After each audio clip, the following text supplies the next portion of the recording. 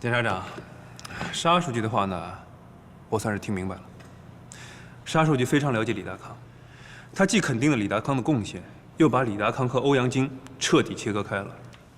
我告诉你，李达康在离婚之前是向沙书记和省委做了汇报的。怪不得呢，上演大片的时候，李达康能那么硬气。亮平啊，这段时间你们工作太紧张了，今天晚上我个人啊，请你们吃顿便饭。哟，这打了败仗还问问什么呀？怎么是败仗啊？明明是胜仗啊！行，领导的好意呢，我们心领了。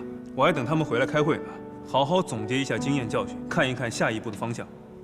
是应该总结一下。不过亮平，我要提醒你啊，在下级面前一定要多说鼓励的话，不要老说泄气的话啊！我会鼓励他们的，就像您鼓励我一样嘛。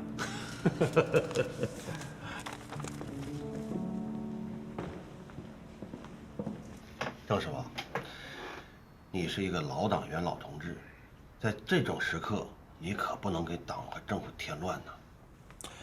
为了解决你们的问题，党和政府是付出代价、付出心血的。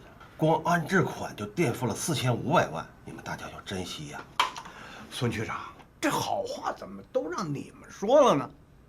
既然你们心里这么清楚，你为什么为难我们呢？你不能给姐姐一块生产用地吗？哎呀，我说这同志啊，你说你让我怎么说你才能明白呢？这不是没有地了吗？那就解决不了了。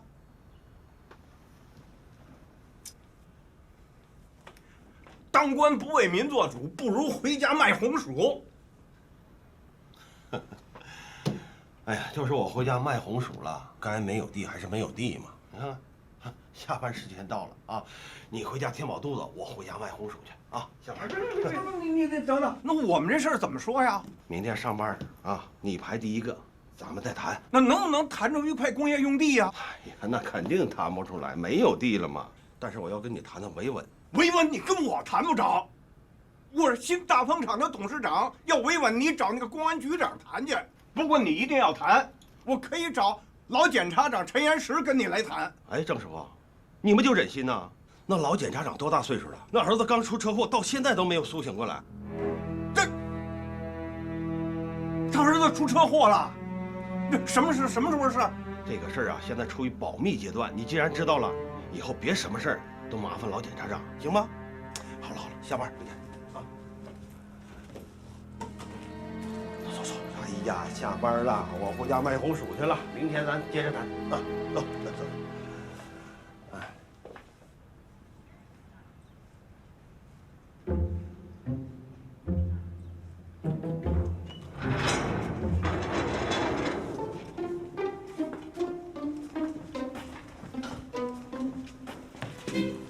怎么样啊，包总？这我来过，合适吧？你看这环境，这也忒破了吧？嗨，你办的又不是贵族学校，破点怕什么呢？主要看的是质感，这个要拍出来，绝对没得说。咦，还姨夫呢？你看看老你俩干嘛呢？哦，我们是这个来，我们就是来捐款的吧？啊？对，包总，啥？款。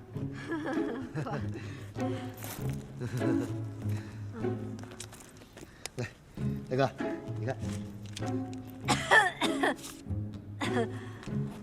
你拿好啊。哎呦，那要给你开个捐款收据了。哎，开那玩意儿干嘛？不用，来，再来一张。那不好意思了。是这样，大哥，我们呢是搞电视剧创作的，就是觉得咱们学校这个环境特别符合我们的剧情，希望把咱们这儿定为我们的主场景。那可太好了！你们什么时候过来拍啊？最好星期六、星期天过来拍，孩子们都不上课。那这样，大哥，咱们就说定了，下周周六、周日我就带人过来啊。行。哎，导演，那个场地费怎么付啊？啊？给你们宣传还要场地费啊？这回知道挣钱难了吧？事实再一次告诉我们，什么叫做偷鸡不成反蚀8米。可惜了那200块钱了。还说什么空手套白狼呢？这狼没套着，还丢了一条套狼的绳。哎，宝宝不开心。没事儿，全当花钱买教训。教训一，不要有年龄歧视，年龄大的人不能低估。就是，你看你爸，那能低估吗？大骗子呀，那是。去。教训二，不能以貌取人，一脸憨厚相的也不能低估。那还有教训3吗？有啊，教训3就是，不能有阶级优越感，底层人民的智慧更加不能低估啊。没错没错，真不愧是老板啊！200块钱学到这么多知识，宝宝又开心了。跟我在一起啊，你全当重新上了回大学啊。研究生。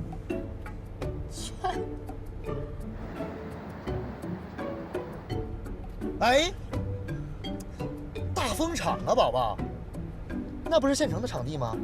工会那个会议室能装100多号人呢，还有食堂也能用。对啊，而且场地费肯定便宜，又是你爸的厂，咱肥水不流外人田。就是，你说早没想到。可是，要是真出了什么问题，会不会连累到你爸还有咱们呀？我想想，我觉得没事儿，为什么呢？你想，大风厂马上就要拆迁了，多适合王校长这样的骗子呀！啊，到时候真出了事儿，厂房早没了，一片废墟，找谁去啊？说的有道理啊，那就是他了。咱们准备开学了，耶！你高兴什么？我想出来的。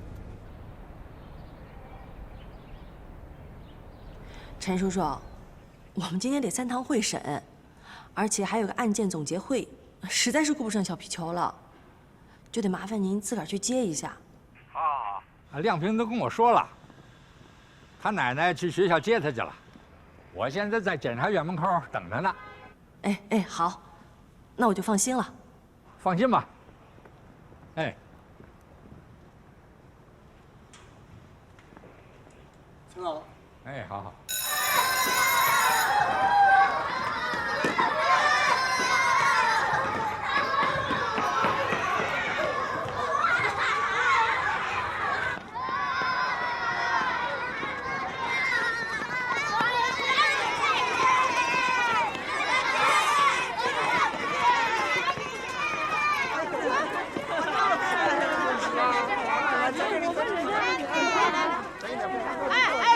宋静，看见陈总了吗？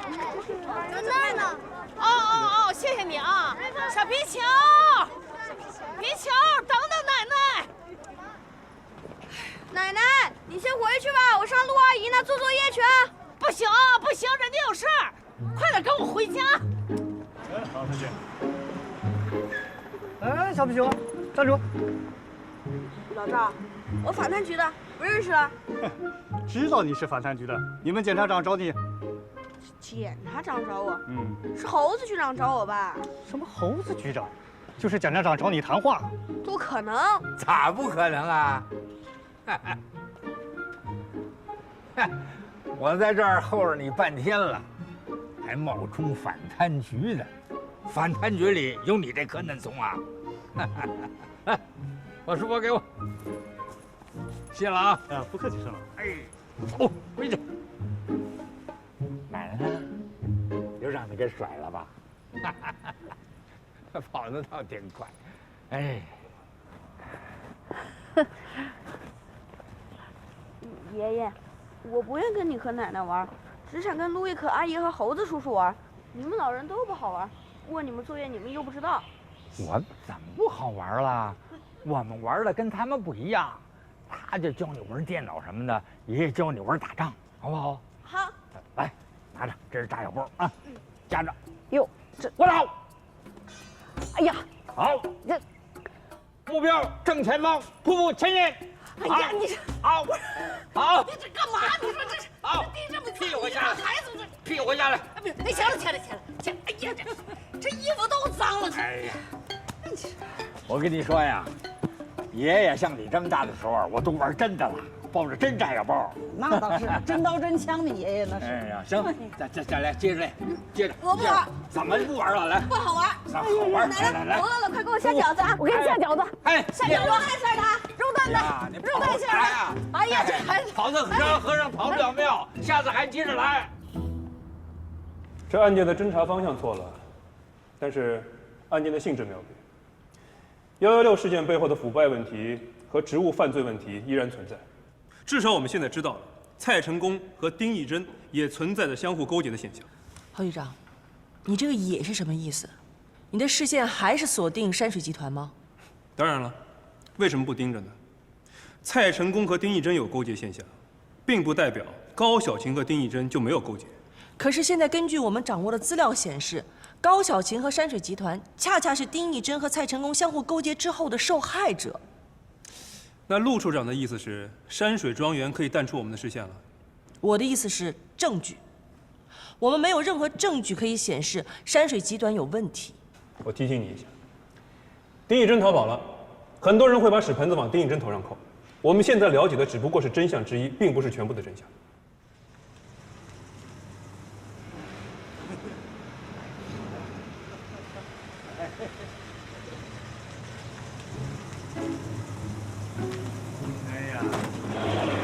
艺术家们都来了，陈哥，慢说，来了。来，我向您隆重的介绍一下啊，这位就是我们这部戏的制片人王老板。王老板，欢迎啊！幸会。欢迎。这位就不用介绍了吧？知道你媳妇儿嘛。导演呢？导演没来啊？马叔，我就是咱们这部戏的导演。郑导，对，郑导。再跟我说，幸会。郑总啊，什么时候改导演了？王老板，忘了给您介绍了啊，隆重的推荐一下这位新大丰公司的董事长郑西坡先生，我的亲生父亲。幸会。这可是一位身家千万的老同志啊！钱再多都是人家的，我就是临时给管着。低调。好了，咱不说了，咱进家。请。陈科长，你来说说情况吧。是，经过今天对蔡成功的提审，我得出一个结论：蔡成功这个人无诚信、无底线、无人格。现在有个词儿叫做烂人，说的就是他这种人。幸亏我们发现的早，才没有让他拖累得太深。不要过早的下结论，说说审讯情况。侯局长，审讯的情况，您和季检察长通过大屏幕看得很清楚。蔡成功到现在都没有打消对你的幻想，他总觉得你可以保护他。怎么样，王老师，差不多了吧？差不多。郑导，要不咱们是开机啊？开机没问题啊，但是好像还有点手续没办。啥手续啊？郑导，咱们开机手续都办了。啊，你说的是我那手续，但是我这2位演员、副导演他们找演员呢，他们的手续。郑导，不急，你们先拍片子，拍完再付钱啊，工作第一。别，这郑导最实诚了，那向来都是先给钱后干活，还办了吧啊？那成，老马，你跟我过来。那也好。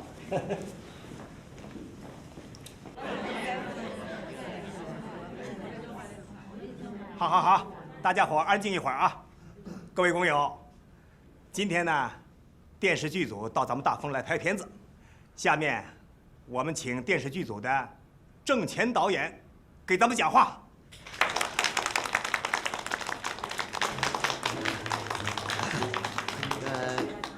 各位叔叔阿姨们，大家晚上好啊！很高兴今天能来到咱们大丰，跟你们一起欢聚一堂。咱们这部片子是一部励志片啊，名字叫做《新丝绸之路》。对，新丝绸之路啊！希望大家能配合我的工作，让我们共同拍摄出一部精品，好吧？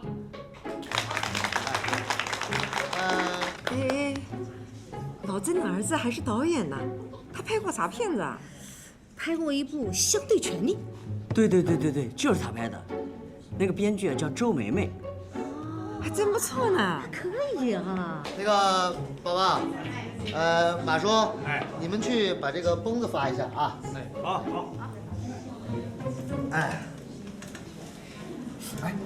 说你这到底是演戏还是办学呀？哦，这就你说那什么教育产业。说爸呀，我这眼看着都要拍了，你怎么还跟我絮叨这点事儿啊？我是怕你犯错误嘛。哎，你到底是教育产业还是文学艺术？我们这个啊，它既不是教育产业，也不是文学艺术，是教育与艺术相结合的这么一个东西。爸，您就别再问了啊！我要不是看着我这帮叔叔阿姨们可怜，想让他们挣点，我犯得着到你们这厂子来拍吗？行了行了，甭说了啊！蔡成功自己说得很清楚，他和丁义珍勾结做煤炭生意失败以后，说是找钱自救，实际上就是坑蒙拐骗，对大风厂的持股员工、对汉东各个银行、对社会都造成了很大的窟窿。他最后是为了保命才孤注一掷举报欧阳靖的。他为什么这么做？就是因为他以为有侯局长这个靠山。关于保命的问题，你问过蔡成功了吗？录像上面都有，大家可以调阅。我先简单说一下吧。116事件爆发之前，蔡成功被第一个高利贷放款人抓住，关在一个高不过1米、宽不过半米、长1.2米的狗笼子里面3天3夜。大家可以想象一下，那是种什么滋味？什么样的人受得了？蔡成功的老婆凑了800万才把他救出来。116事件爆发的前10天，他又被临城的一家讨债公司抓去。据他自己说，他被倒吊着拔头发，大块头皮都被扯掉了。他为什么不报案呢？他说他不敢，因为非法集资案正在查他。他的老婆被迫卖掉了他自己和父母名下的3处房产，得款1300万，这才把蔡成功第2次解救出来。出来以后，他就以上访的名义去了北京。他去北京不是上访，是躲债。没错，还有一个目的就是找你这位反贪总局的侦查处长，他是想通过你来吓唬他的合作伙伴丁义珍，好让丁义珍继续帮他赖山水集团的账。新丝绸之路1经2次。好，来，预备，开始。阿姐，谁喊停？谁喊的停？我是导演，谁敢喊停？宝宝，谁喊的停？郑导，是，哎，你看我们这是培训班的开学典礼，你看这演员这服装也太不统一了。我车上有，我去拿去啊。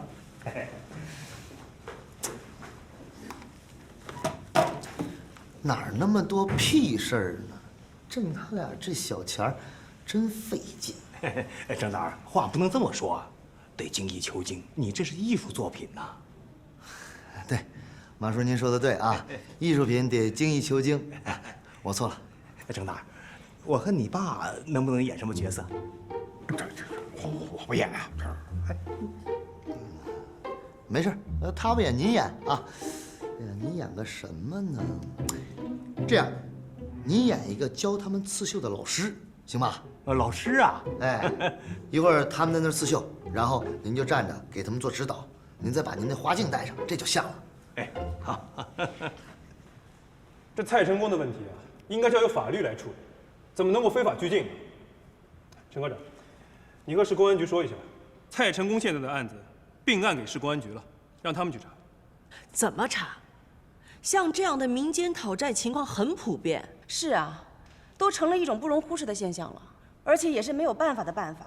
要不然像蔡成功这种无赖，他能还钱吗？我们是有法治的国家，就算蔡成功是无赖，也不能对他滥用私刑吧？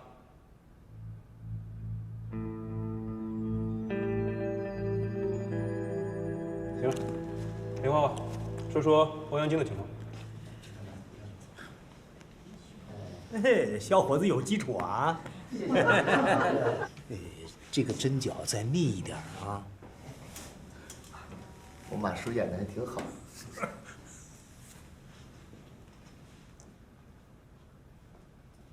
好，停！非常棒啊，各位叔叔阿姨，你们演的特别好啊，笑的都非常自然。怎么样，王老师？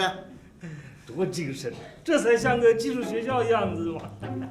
那咱们这就 OK 了，OK 了啊，各位阿姨 OK 了。哎，等等，郑导，咱这个是夏季，是不是得把电扇打开？好，这么冷的天儿你开电扇啊？你没看都什么岁数了，都会把人给冻坏了。哎，老郑啊，这话可不能这么说啊！拍电视啊，得精益求精，是吧？你看那个陈佩斯演的那个小品《吃面》，呦，那吃了多少面呐！得精益求精啊！小陈儿，把电扇全打开了啊！再来。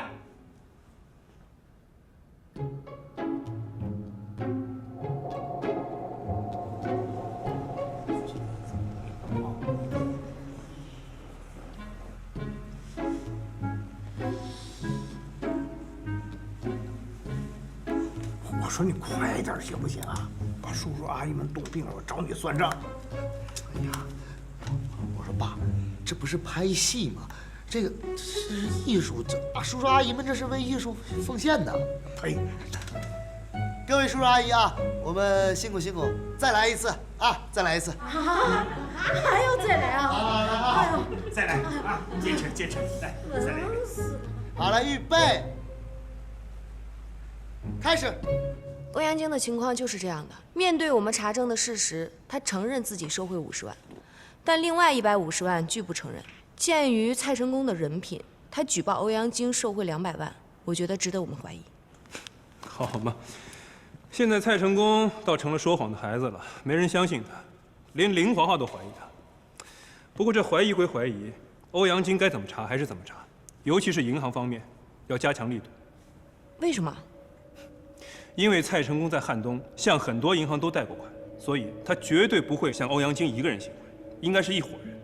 就拿这200万来说吧，50万给了欧阳菁，其余的是不是分给了其他人，我们都要查清楚。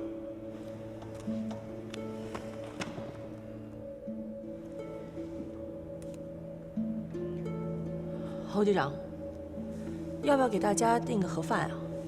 吃完饭之后再接着开会。饿了。行吧，散会吧，今天就到这儿。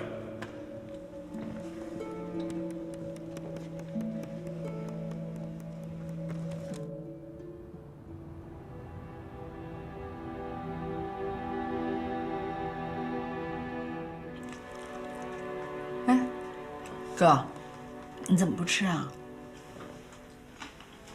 你吃吧，没胃口。又是为欧阳嫂子吧？嫂子也真是的，什么都好，就是不知足。你说你这么早老公就去世了，一个人带着孩子，我也没听见你天天的怨天尤人。老百姓过日子不就这样吗？孩子上大学了，我在你这儿干着，还有份工资，多好啊！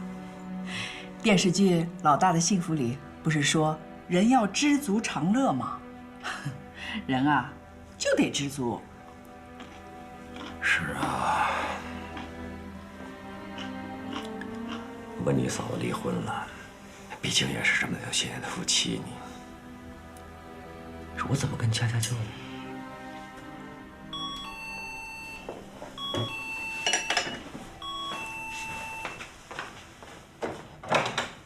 哟，王总啊！你好，你好。你好，来，请进。李书记，哎呀，李书记，哎，才吃啊？坐。好好。静芝，坐。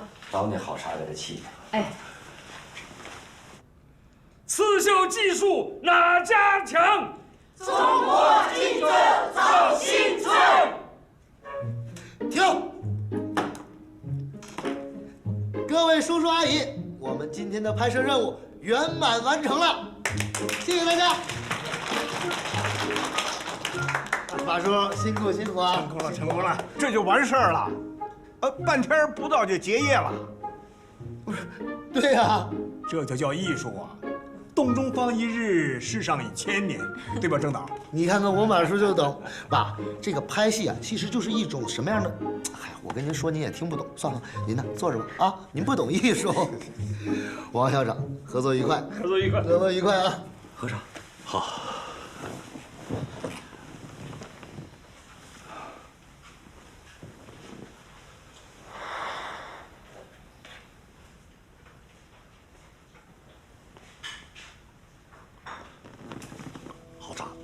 李达康知道，欧阳菁同意离婚，王大陆起了关键作用。今天的事听说了？这么多年来对王大陆的防范，让他心生歉意。他想和王大陆好好聊聊，聊聊自己的孤独，尤其今天前妻出事了，他才忽然明白，一肚子的话也只能对这位老朋友讲：拘留。李书记，这个消息可靠吗？今天下午快下班的时候，检察院的季长明检察长给我打电话，说欧阳金涉嫌受贿50万，证据确凿。这件事你怎么看？我还能怎么看？李书记，这在意料之中。能不能好好说话？直呼其名。好，大康，有个事实我必须跟你说清楚：青州城市银行是家地方银行，管理上一直很混乱，在他们那儿贷款是有潜规则的。除了正常的贷款利息之外，还要有1至2个点的额外费用。这1至2个点的返还费用，是不是贷款单位的行贿费用？业内叫返点，返1至2个点。谢谢。再见，刘姨。再见，王姨。回头来厂里看你们了啊。哎，再见。你看我说吗？您又说什么呀，爸？这拍戏不像拍戏，是办学不像办学。哎，你要说拍戏，主要演员呢，那帮群众在这儿。哎，你要说办学，应该人家给你钱才对啊。哎，你一人给了人家50块钱。爸，就这点事儿，打我没拍您就开始跟我絮叨，现在这会儿我都拍完了，您怎么还没忘了呀？那钱不都是给大伙儿已经分了吗？爸，今天这事儿您组织并且参与了啊！要说我一旦犯罪了，那您也罪责难逃。你看我说这事儿可疑吗？这都罪责难逃了。哎呀，你快别吓唬爸了，爸，我保证啊，没有您的罪责。怎么样？宝宝给您保证了，没您罪责啊，没事，放心，去跟我马叔玩会儿去，爸啊，去，来那谁，来王老师，来走，咱们出去说两句啊，好吧？别动手。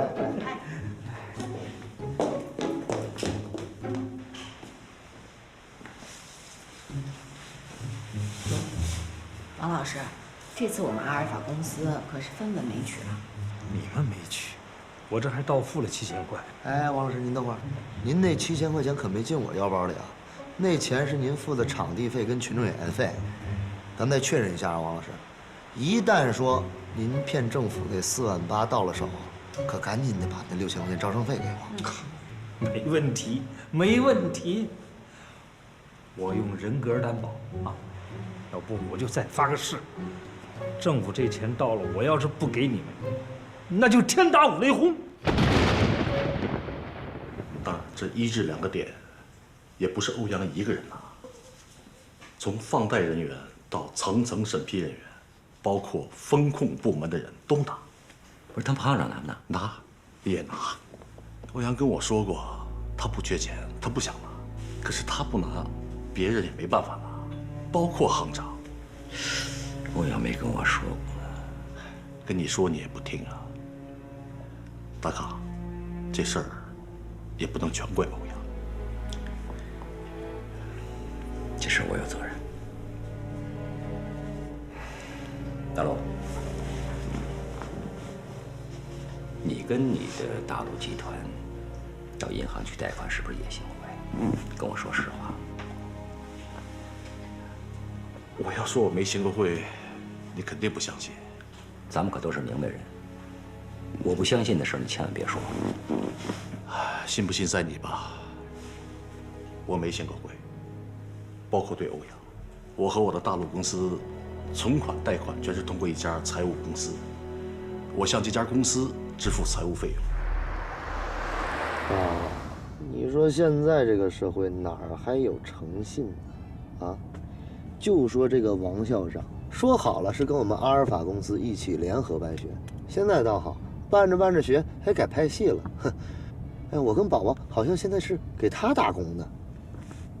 哎，兄弟啊，你们教育这事儿办得不顺利啊？不是不顺利，是太不顺利了。爸，最近我们干什么不顺，连钱都来得慢了。我觉得改名叫挣钱之后，好像一点用都没有啊。抢银行来钱快。哎，你们怎么不抢银行去啊？哎，好主意啊，爸！宝宝，这么着，你把你那丝袜脱下来，我们爷俩呀，一人套脑袋上一只，我们俩抢银行去。好嘞。行了，别闹了。现在你以为干什么容易啊？爸，你们还不容易啊？不是说市里给你们支持了吗？还有那老陈头，不是给你们当顾问的吗？哪儿啊？到现在我们连那个厂子的地都没找好呢。那孙区长他老哄我们。该，我跟您怎么说的？让您送礼您不送，这年头不花钱您想办事儿，可能吗？哎，我还就不信了。这是原则，我还就不送礼。胜利啊，宝宝，要不然这么着得了，你们俩到我们那个大风厂来干得了。哎，你刚才都看见了，那些叔叔阿姨不都挺好的吗？爸，咱爷俩还说好了啊，您呢，继续走您的独木小桥，我呢，走我的阳光大道。呸，还阳光大道呢？没看出来啊？我这挽救你们俩呢。哎呦，我可不用您挽救，您呢还是自己先挽救挽救您自己吧。啊，爸，你也别灰心，你看，等你们厂子办好了，我觉得我们肯定能合作。嘿呦呵，瞧你说的，我要把厂子办好了，那老子还用你们俩？哟，你小子聪明啊！利用财务公司预先设置的防火墙，哈哈。这也是没办法的事情。民营企业难办，谁都惹不起，见到钱又想赚。不是有人说吗？中国的企业家，不是在监狱里，就是在走向监狱的路上。我在政府部门待过，我知道有些事情早晚会出问题的，所以就预设了防火墙。大康，你放心，我跟我的大陆集团从来没有向欧阳学过。欧阳曾经跟我说过，这些年你一直在资助我的女儿，能跟我说说吗？哎，大康，这事儿你就别管了，好不好？我帮欧阳跟你没有任何关系。再说这么多年，我也没求过你，你也没帮我办过任何事。你可别忘了，你我一学习，可都是曾经在一起工作的同事。是。当年还是你跟易书记资助我下海经商的嘛。这正是我要知道的。大陆，你把我跟易学习给你的创业款还回来之后，你有没有给欧阳靖跟易学习的老婆分红？没有，没有，绝对没有。真没有？真没有。哎，大刚，你什么意思？你叫我来就问这个？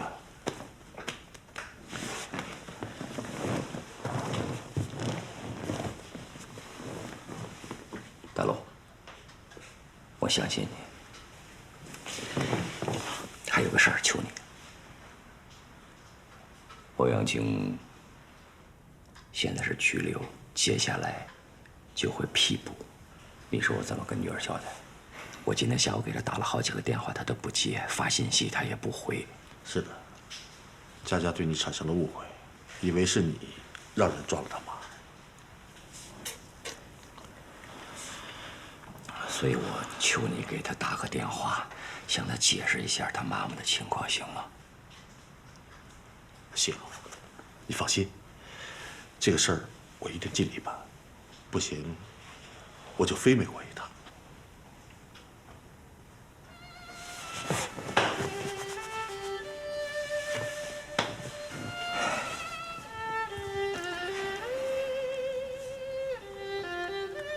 跟佳佳说，我还是希望她回来，她不回来也行。就是不要抱怨这个国家，这个国家没有什么对不起我们的，也没有什么对不起她妈妈的，只是她妈妈不小心失足落水。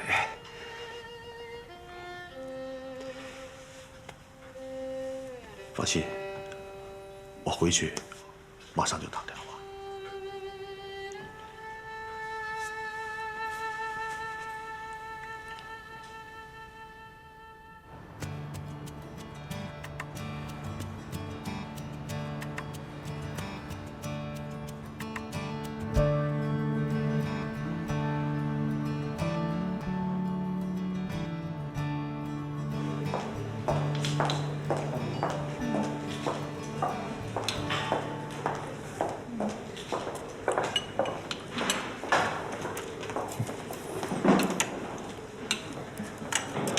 洗手间看到一个洗碗工，很像丁义珍。不能吧？他一个副市长跑这当洗碗工？周科长，要不你到后厨看看，我觉得应该是他。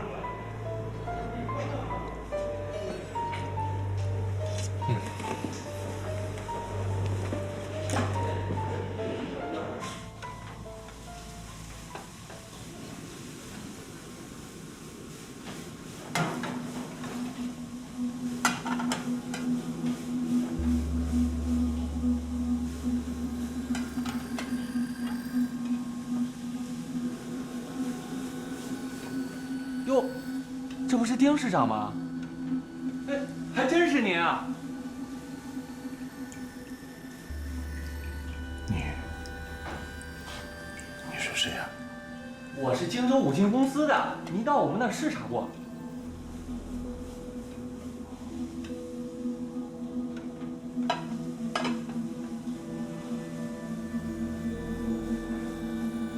后厨是不让人进来的。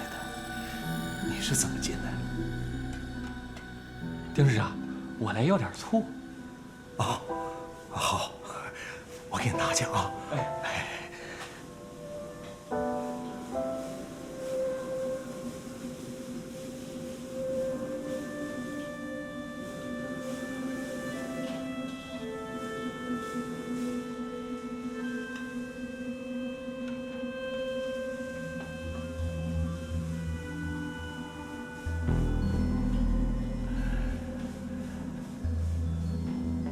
兄弟，我想请你帮点忙。您说，只要我能帮上的，我一定忙。不好意思啊，我还不知道怎么称呼你呢。我姓周，叫我小周好了。小周？对对对。小周，你是来旅游的，还是来探亲的？我是来这儿探亲的，我妈呀就定居洛杉矶了，我明天就去洛杉矶。我就是被人从洛杉矶绑架到旧金山的。是吗？我说你一个市长，怎么跑这儿来洗碗来了？嘘。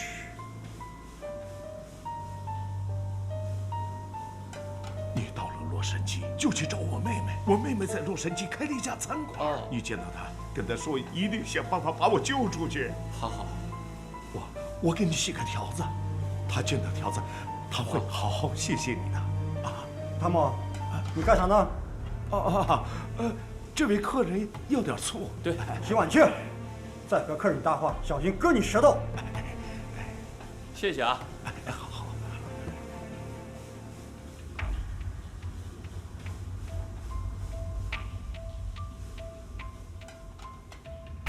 山西人，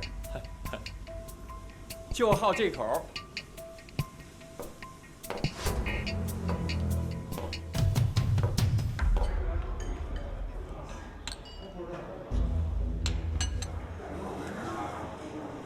来点。啊，我不喝，你喝。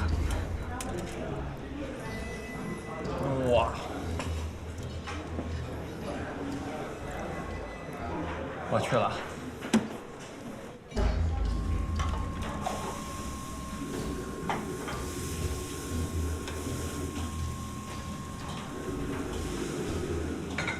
老板，再给来点醋呗。你把醋当水喝啊？都是爱喝的。等着。哎，好嘞。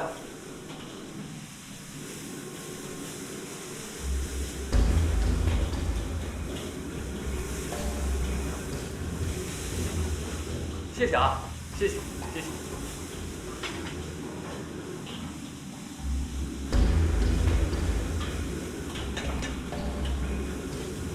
洗快点。是。这么说，丁义珍可能被劝返？很有可能，他现在这种状态啊，还真不如回国坐牢呢。那好吧，赶紧向B队汇报吧。好的。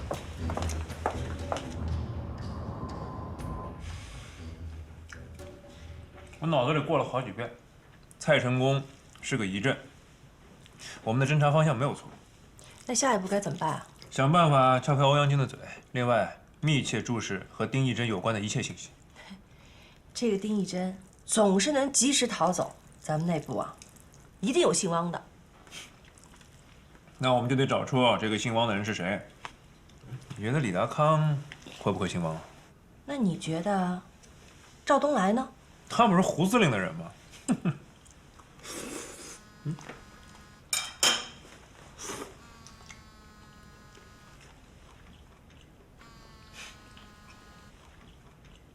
喂，吴阿姨，陆亦可在我这儿呢。侯局长，今天我要批评你了，你误了我的大事了，你知道吗？亦可跟我说好的，今天早点回来。我托人啊，给他介绍了一位汉东大学的副教授，约好今天见面的。你看看啊，现在都几点了，他还在你那儿办案子呢，打他的手机他也不接，成心的吧？对不起，吴阿姨，我不是不知道吗？哎，那现在来得及吗？已经耽误半个小时了，男方还在这儿等着呢。你说我急不急呀？侯局长，你必须亲自把亦可给我押到现场去。行，我一定亲自送她到约会地点。好吧。我以为你是来安慰我的呢，原来你是逃婚呢。我就是来安慰你的。什么逃婚啊？我最烦相亲了，弄得跟卖肉的似的。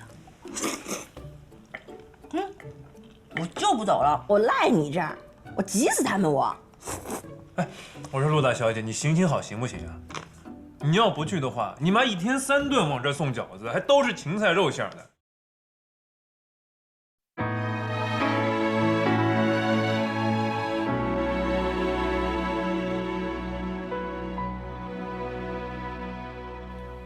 与谁同步一肩上的职责，听一番枝繁叶落，看一幕檐下交错。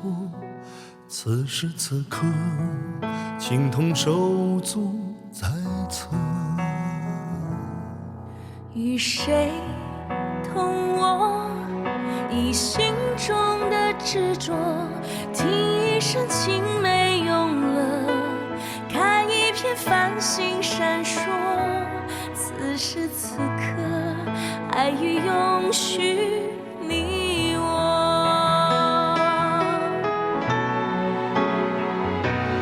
以人民的名义赋予你生命的尊严，奉献的权利。当所有万马奔腾，扶摇升起，一口气直达心底，令人争气。